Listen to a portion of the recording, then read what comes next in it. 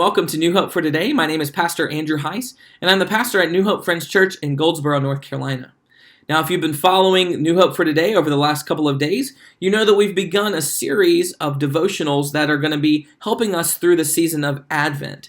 And we've named these devotionals and the Women of Christmas or the Women of Advent. And these devotionals are going to take us through Luke chapter 1 and Luke chapter 2, looking at three amazing ladies, Elizabeth, Mary, and Anna.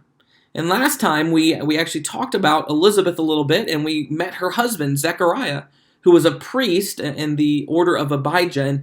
And we saw last time that he was going into the holy place to burn incense, this once-in-a-lifetime opportunity. And as he was there, he was visited by an angel. And the angel told him what he had been longing to hear for years and years, what he'd been praying for. He told him, look, your prayers have been answered. I've listened to your prayers. And look, you're going to have a child. Elizabeth is going to conceive. And you're not just going to have any child. In fact, this is going to be a very special child. And you're going to call him John. And he's going to be the one that was prophesied that would come before the Messiah comes. You're going to be blessed. So blessed.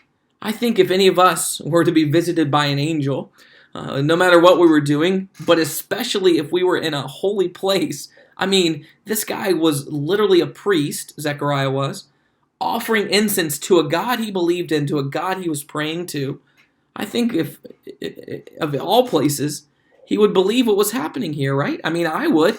I mean, if I was standing in the sanctuary of our church, which is just over here to my left-hand side, if I were to go in there and sit and pray, and I was expecting God and praying on behalf of the people of New Hope Friends Church, and then all of a sudden an angel shows up out of nowhere and says, hey, look, I listened to your prayers, and the prayers that you've been praying all along, they're going to be answered, I would tend to believe that was what was going to happen. But look at what Zechariah does. In verse 18, he says this to the angel. How shall I know this? For I am an old man, and my wife is advanced in years. Now, I have to give Zechariah some credit here. He is just simply stating the facts. The facts are, it doesn't look good for what this angel is saying to come true. It doesn't seem like it's possible. I mean, he's an old man, and his wife is beyond the age to be able to bear children. But you have to think, Zechariah is showing an extreme lack of faith here. You see, he had studied all of his life. He was a priest. He knew the story of Abraham and Sarah and how the angel of the Lord came to Abraham and told him when Sarah was 90 years old, she was going to have a kid. He knew the story of Rachel and how God would supernaturally work through that situation. He knew the story of Hannah when she prayed, pouring herself out to God and saying, give me a child, and Samuel comes along. He knew all of these stories. He knew the God he served, and yet he has the audacity not only to question God, but to question, I mean, this is a sign of all signs. And in fact, the angel, I don't know why God didn't just strike him dead there. But the angel has a little bit of mercy and says, look, you should understand this. You should understand something. And he names himself. He says, I am Gabriel, and I stand in the presence of God. And I was sent by God here to speak to you and to bring you this good news. And behold, this is the judgment that he passes. He doesn't strike him dead. He doesn't, for this lack of faith. He simply does this. You will be silent and unable to speak until the day that these things take place, because you did not believe my words, which will be fulfilled in their time. Now, of course, Zechariah then goes out. The people are wondering where he was. Elizabeth most likely is among those who are waiting for him to come out of the holy place. And he's unable to speak, and they understand, look, something happened. He saw something in there. But the thing was, his lack of faith, his lack of listening, caused him to be struck dumb, to not be able to speak.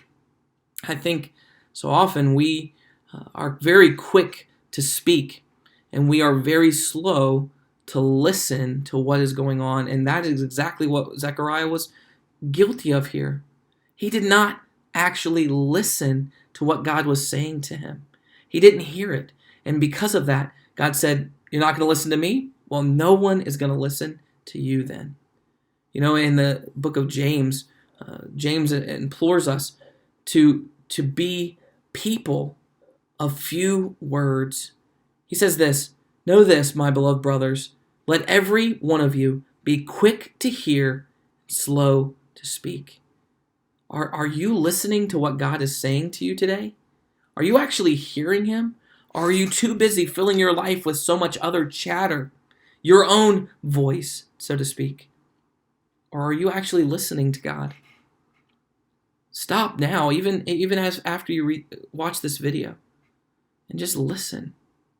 We need to be people who practice listening first and speaking later. And then we can avoid this very lack of faith that Zechariah had. I pray that today you'll stop, slow down, and listen. New Hope for Today is a daily video devotional brought to you by Pastor Andrew Hise of New Hope Friends Church. New Hope Friends Church is located at 4451 U.S. Highway 70 East in Goldsboro, North Carolina. New Hope for Today. Strength for today. Hope for tomorrow.